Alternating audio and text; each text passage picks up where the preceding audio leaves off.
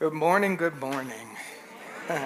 So today, Wednesday was Ash Wednesday, for those of you who know that, the beginning of the Lent series, 40 days before Easter, which for many people is a very sacred time. It's a time of preparation to prepare ourselves for a deeper awakening and a revelation. So on Easter Sunday, it's the symbol of us all rising up into a greater experience of God, of love, of our life. And over the next 7 weeks, I'll actually be speaking on the 7 last words of Jesus on the cross. The 7 last words are actually 7 sayings, 7 phrases. My first book, which is in the bookstore, is about that. And I love going over them one at a time as we move into the Easter. And the story begins, as most of you, I assume, know, in the Garden of Gethsemane. At least that's where I'm going to begin this story. Jesus is knowing that he's about to move into the crucifixion process. And so it is said that he's in the garden late at night, and he's with Peter, John, and James, 3 disciples, and they've had some wine, a little too much wine. So he goes off to pray.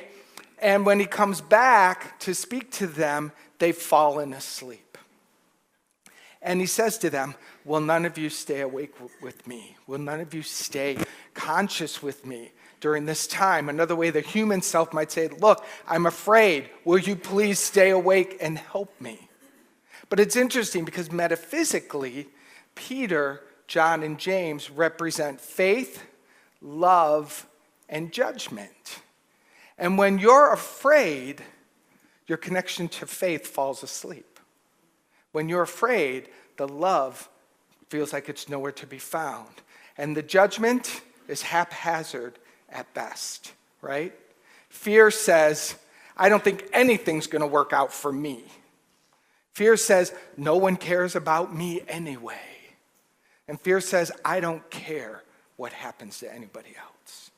See, when we're in our fear, we get very self-destructive and externally destructive. So metaphysically, this represents going into the place to pray when you're in fear and being disconnected from these spiritual qualities. Interesting, yes? So in the garden, Jesus says something very profound. He says, my Father, if it's possible, let this cup pass from me, yet not what I want, but what you want. So there's lots of theories on this, and I've grappled with this to be truthful. Some people really love this because they go, Jesus is human. It's showing his humanness, that he too can be afraid, which really equals, that means I'm okay, right? That's kind of where that's coming from. And I don't know if that's right or wrong. That's yours to grapple with also. Another idea is that this is a master teacher who walked in his oneness with the divine, demonstrated his oneness with the divine in all of his interactions and everything that he was doing. And so this could be a teaching moment, an example of what we move through when it comes time for us to begin letting go of something we hold sacred, including the body temple. Either way you look at it, I tend to lean today on the side of the Jesus of my heart is a teacher and demonstrator in all that happens. And it demonstrates the evolution of awakening. I used to think, on the spiritual path, we'll just get happier and happier and happier as we evolve. And in one way, that is very true. There's a lightness of being. There's a natural joy of your own being that you're connected to. Simultaneously, as we evolve, there are times when we are called to let go of more. Let go of more. The ego must dissolve. The sense of separation from the divine dissolves more and more. And we hit certain gateways that we pass through that suddenly can feel very scary for us. Even though, and some of you have said this, I've done all this work, and here I am. But what it really represents is you're moving through another layer of letting go, another layer of dissolution in the belief of separation, and an awakening to your oneness with the divine and all of life. And so we move through these gateways, and prior to them, they can feel scary because the ego holds on to separation, and when the ego is dying, everything that has life in it fights for its life, right? Ego included. Ego included. I'm using ego. I know that word is also, never mind, I'm just going to keep using it. Just trust me on it. So here is Jesus at this gateway where he knows what's coming. He knows he's going to have to move through the gateway where it is a profound letting go of the body temple, moving into full demonstration of oneness. Now again, he's been walking in this and teaching this, but yet that time of the last let go, he says, hey, can we work out a deal, God? Can I get out of this? Is there any way that this doesn't have to happen? Can you relate to that? We all know what that's like. The relationship is coming to an end, and you don't know who you're going to be, and you're afraid of what's on the other side. And so you find yourself negotiating.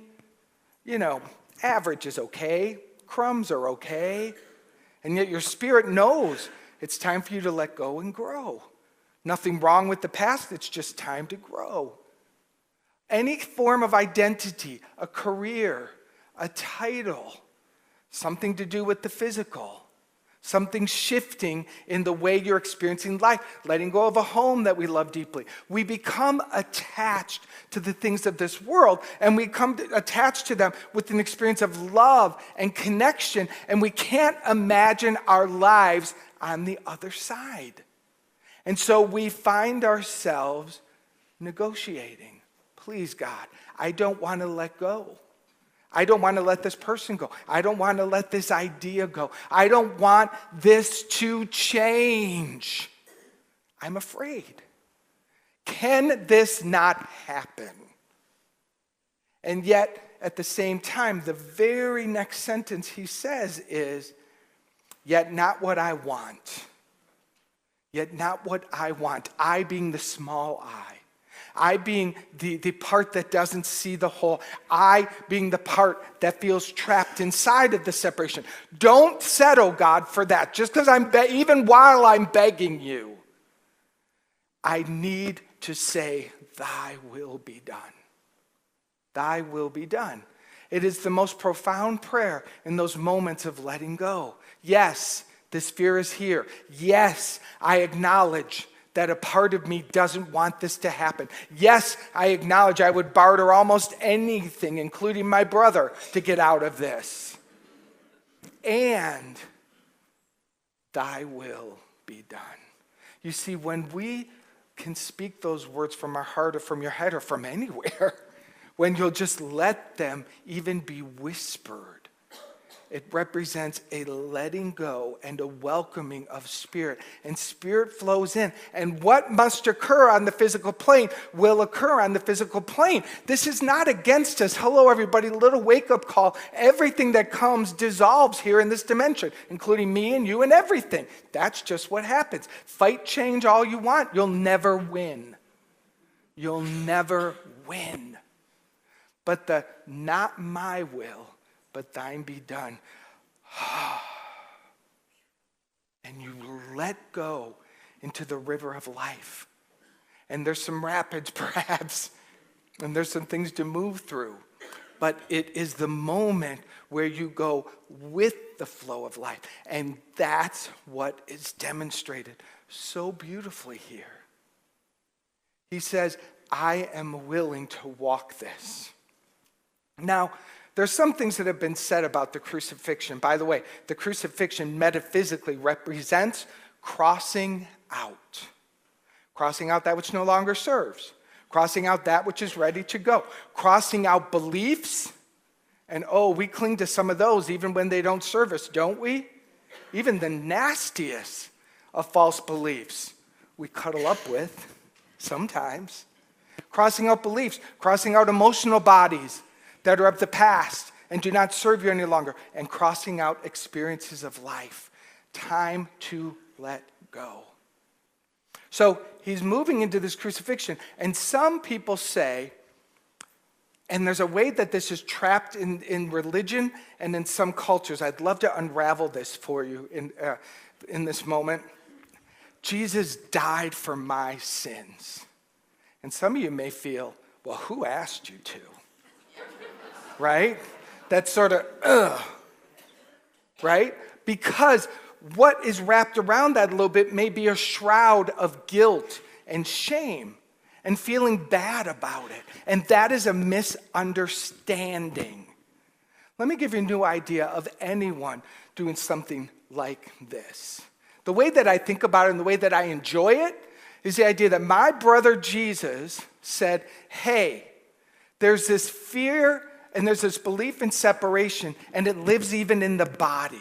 And I'm going to move through every false belief and every fear that exists so that the revelation of oneness is done. And because we're one, when it's done by one, it is done for all.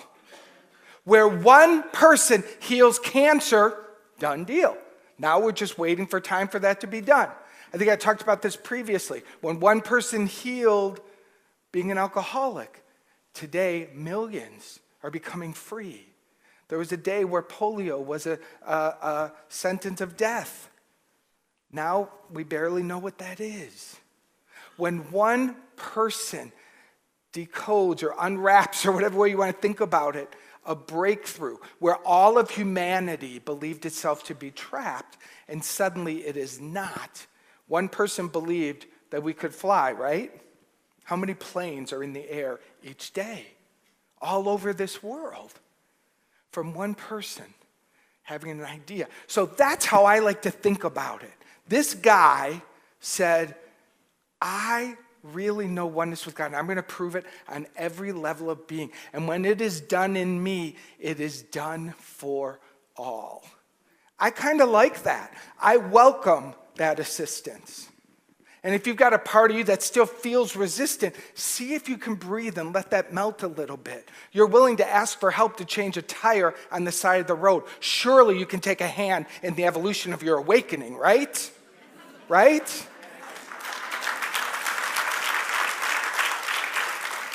But we fight as fierce, independent ones.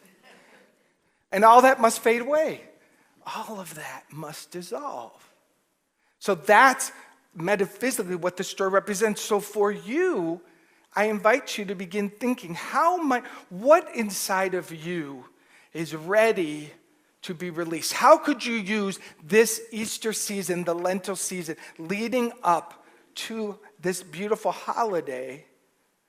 How could you use this to increase your spiritual awakening? What inside of you do you know is ready to let go? Great or small, you don't need to be a Hercules about this. What is just ready to dissolve that you could say, I'm ready to cross this out or back it up? Not my will, but thy will be done, God. Right here. Right in this place. Find that. And see if you can work that through. Because it will make the next 7 Sundays more meaningful for your journey. And so I fast forward from in the Gethsemane, they come, they capture him, he has lots of interviews, and then he ends up being crucified. And he's on the cross, and this is where the sayings happen. Now, did they happen or didn't they happen? I kind of doubt that there was someone at the bottom of the cross going, what did he say? What did he say? I don't think that's how it happened. Maybe it did, I don't know. But what's more important, again, is that we take this sacred scripture and we don't wonder if it did or didn't happen. We ask, how is it for me today? And what's very profound about this is that the first word, the phrase that is spoken is, Father, forgive them, for they know not what they do. I made that slide. I'm kind of proud of it, if you don't mind. Isn't it cool? I've been playing a lot. Father, forgive them, for they know not what they do. The first step along our journey is to forgive them. That's a pretty bold first step, isn't it? You cannot move forward carrying the baggage of unforgiveness. It's too heavy. You can't move through the gate into a lighter experience of yourself, into an awakening of spirit, and bring with you the conviction that that person is a jerk. You can't serve two masters. And that's what gets hard, because they say the road becomes narrower and narrower. But what it really means is you cannot keep carrying the story and being loved. They don't coexist at some point. They never really did, but it's like life gave you an illusional time to think that you could have both. You know what's interesting? There's a Bible story where someone asked Jesus, how do you get into heaven? And he talks about the idea that it is easier for a camel to get through the eye of a needle than it is to get into heaven. Have you heard that? Doesn't sound very fair to you, does it? It's easier for a camel to get through the eye of a needle. Well, interesting, history represents that there was an eye of a needle in the walls that surrounded marketplaces and villages, and it was small.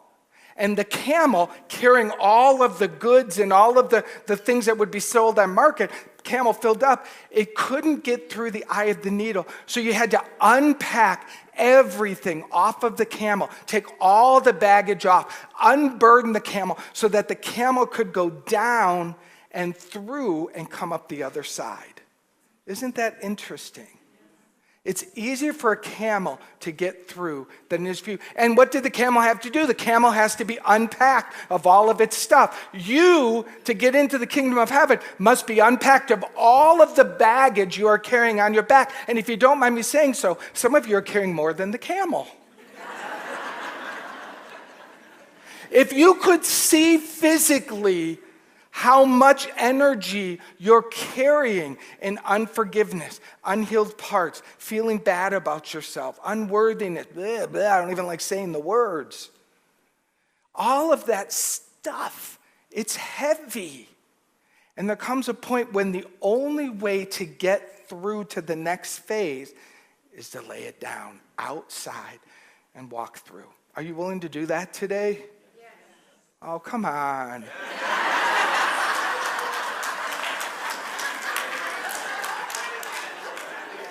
All right, 3 of you. Y'all think about it. Are you willing to do that today? Yes. Thank you. Thank you. I know you're so enraptured with me, you didn't realize I asked you a question. I got it. How do we become unburdened? How do we take all of that energetically off of us so that we're free to go through? Forgiveness. Now, I talked about this in the beginning or when I was here in June, and when I did my candidating, I did my talk on forgiveness, so some of you may remember, and I'm actually going to repeat a forgiveness workshop this afternoon that you must come to. You must, because this will initiate you into the spiritual journey over the next 7 weeks. He says, Father, forgive them. Father, cosmic oneness, love. He calls upon the higher self. He calls upon the greatness of love to do the forgiveness work. Father, forgive them. Father, forgive them, for they know not what they do. He asks, it's not like, I of my humanness must forgive them. And that's where many of us get stuck.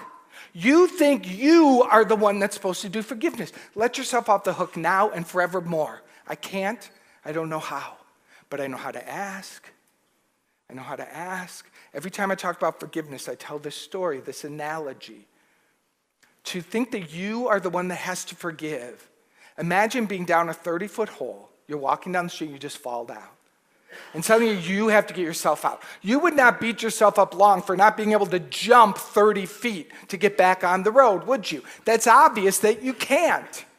You would not beat yourself up about that. What would you do? You wouldn't waste your time trying. You would yell up for help. And when you yelled up for help, someone would hear you and they would send down a ladder. They'd send down a rope and someone would help you get out of that 30-foot hole and place you back up on the road. That makes total sense to you. You can't jump 30 feet. I sounded Midwestern when I said that. You can't. You cannot jump 30 feet. Same with forgiveness. When you're in a hole of resentment or singing your Somebody Done Me Wrong song or beating yourself up for something you did, when you're doing that, you can't forgive yourself. The problem can't be solved at the level of the problem. The part of you that believes that you were screwed is not the part that can find its way out of the problem. We must ask, Father, forgive them. And that activates a golden cord dropping down and wrapping around you and lifting you up. Forgiveness lifts you up out of the story. It does the work, not you. So he says, Father, forgive them, for they know not what they do. That's not a judgment. Well, it's a judgment, but it's not an attack. The truth of the matter is, when anyone is afraid, they do silly things. You ever hear the saying, hurt people hurt people? Yeah. They don't know what they're doing. They are unaware of their oneness. They are unaware of the truth that if they try to kill someone named Jesus, they will not be able to do it. And they were only hurting themselves. Because that's what hurt does, right? Hurt hurts and hurts, and we recycle and we find ourselves stuck inside of that. That's why forgiveness is deserved. Because we know not what we do when we've forgotten. They don't know what they were doing. No matter how gross the behavior is, and no matter how certain you are that they should have known, I promise you, in that moment, whatever led them up to making a choice so from separation and fear, whatever things, beliefs, years, history led them to that moment of interaction, that they were controlled by that in the moment. And they deserve redemption. Every one of us does, and every one of us will get it. And if you're the one that has decided you're going to be the judge at the gate, deciding who goes in or out, well, God help you, because you're going to be at that gate a long time. A long time. No one hired you to watch that gate. No one hired you to decide who can become free and who can't. And when you do that, you're the only one who is burdened by it. There's a wonderful saying by Catherine Ponder. When you hold resentment toward another, you are bound to that person or condition by an emotional link that is stronger than steel. Forgiveness is the only way to dissolve that link and get free. Now, for some of us, we're grappling with something that happened 10 years ago, 20 years ago, 30 years ago. How long have you been bound like steel to a broken story? What's profound about this teaching and what I love, and it inspires me, I want to be that. Jesus, in the midst of crucifixion, in the midst of being attacked, activates forgiveness. Doesn't wait 3 days, 5 years, 10 years later. Okay, I think I'm ready to let them go. Such a profound awakened being that in the moment of persecution, Gandhi did that. Do you know that? It is said that Gandhi, when he knew that his executioner was going to come forward, he knew, and when the man came, it is said, he spoke the name of God 3 times. During the execution, he just spoke the name of God. That's beautiful to me. That's inspiring to me. You know why? Because if someone cuts me off on the road, I need a day to let them go, and I don't even know who they are. Right? There's a little bit of distance sometimes between where I am and this profound teaching experience. That's okay. There's the gap for all of us. Don't make yourself wrong. Because you're not at this awakened state where in the midst of being attacked, you have this access. You do and you will. But today, sometimes we have to practice. And some days we find it a little bit later. But your willingness and your interest in it is what makes the difference. Forgiveness is a mystical something that is done unto you. You don't do forgiveness. You don't know how to do forgiveness. You don't know how to mend the belief in separation. But what you can do is participate in the activation of it. Take a breath. Shake your hands a little bit. Bring yourself back. You participate in the activation of forgiveness. How? It's demonstrated right in these words. Father, forgive them. Jesus asks. Asking is the first step. We ask that forgiveness be done. I ask that forgiveness set me free. I ask that forgiveness set me and so free. I love Edwin Gaines, who's the teacher of the book we're going to be studying in prosperity class, because at one point she says, I ask that forgiveness set me and that dirty, rotten so free. She said she had to start somewhere. She had to start where she was and then move forward from there. So don't feel like you need to be anything different than you are. Don't play that game. God doesn't get it. It's not worth it. Stop trying to be good. There is no bad in you anyway. Just be authentic. Whatever way, ask that forgiveness be activated. That's the crying out for the rope to come down. And then the next step, fast from the story. Stop thinking about it. Stop speaking it for sure. Stop. You must remove thought. You must remove attention. And sometimes that's work because we're addicted to it, aren't we? That has a gravitational pull. It pulls us back. But we've got to keep working. We've got to keep working. Don't feel bad if you get pulled back by it. Don't worry about it. Some of these stories have a lot of energy. When you realize that you are, you go, you receive, you allow, and you repeat step one. So you over and over, I ask that forgiveness set me free. Are you willing to say that 100 times if you need to? Yes. Are you willing to say it 500 times? Yes. Are you willing to say it 10,000 times? Yes. Why not? It's either entertain that thought or recycle the old story of suffering, right? I remember thinking that I might be going crazy by saying these affirmations all day long, but I was crazy already believing those stories. So crazy, whatever, I'll be happy crazy, right? This is the work. This is our first step. There's 6 more to come in the upcoming weeks. This week, your invitation, twofold. One, what is it that you're ready to have crossed out? What is it that you're willing to let go of? Perhaps it's a habit of compulsion, a thinking compulsion, a feeling compulsion, a behavioral. Keep it small. Don't put yourself into an impossible situation. Ask your spirit. Ask your higher power. Ask your divine. What is it that is ready to let go so I can experience more of your light? That's a beautiful question. And be open to hear it. And let that begin inside of you. And then this week, try on forgiveness. Just ask all week long. I ask for forgiveness. You can just stand that. I ask for forgiveness. Set me free. And if other names come to mind, I ask for forgiveness. Set so-and-so free. I ask for forgiveness. You could ask that all day long inside yourself, out loud. Dance it, yell it, whisper it. Let yourself be consumed by the invitation of forgiveness today, this week, and this upcoming week. Yes? Yes. I have a forgiveness workshop this afternoon. We're going to take a real deep dive. I really do invite you to stay and consider that. I'd love for you to do that. But for now, let's take a deep breath together. I invite my chaplains in training and our chaplains to stand to hold this space as we move into prayer.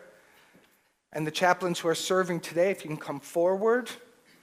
Thank you. The rest of you, I invite you to turn within, open your hands. Lift your chin up, representing your willingness to open your heart and receive.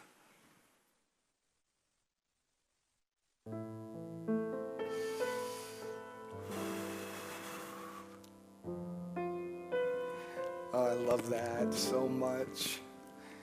Take a deep breath.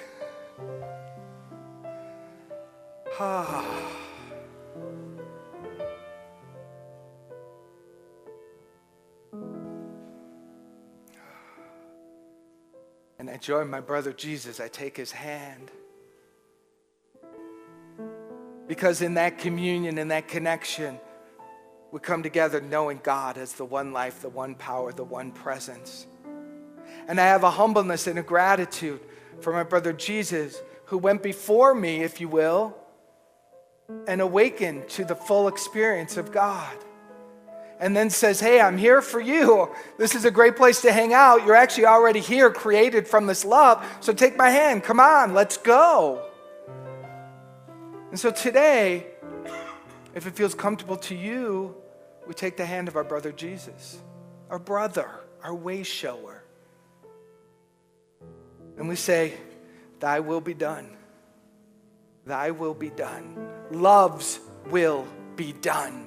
Peace, thy will be done. Abundance, thy will be done. Health, wholeness, vitality, thy will be done. In this moment of prayer, may every false belief of separation, doubt, disappointment be dissolved, disappear. We move through the eye of the needle together, asking that forgiveness set us free. I ask that forgiveness set me free today. Say that with me. I ask that forgiveness set me free today. Take a breath.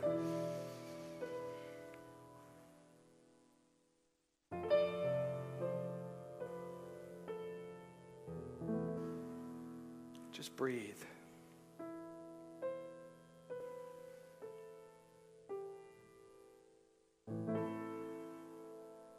So grateful for the fulfillment of this prayer. So grateful for the consciousness of oneness that is here. It's beautiful. It really is. In gratitude, I release this prayer. It is fulfilled. It is fulfilled. Miracles here now. And so it is. Amen. Amen. Thank you. Thank you.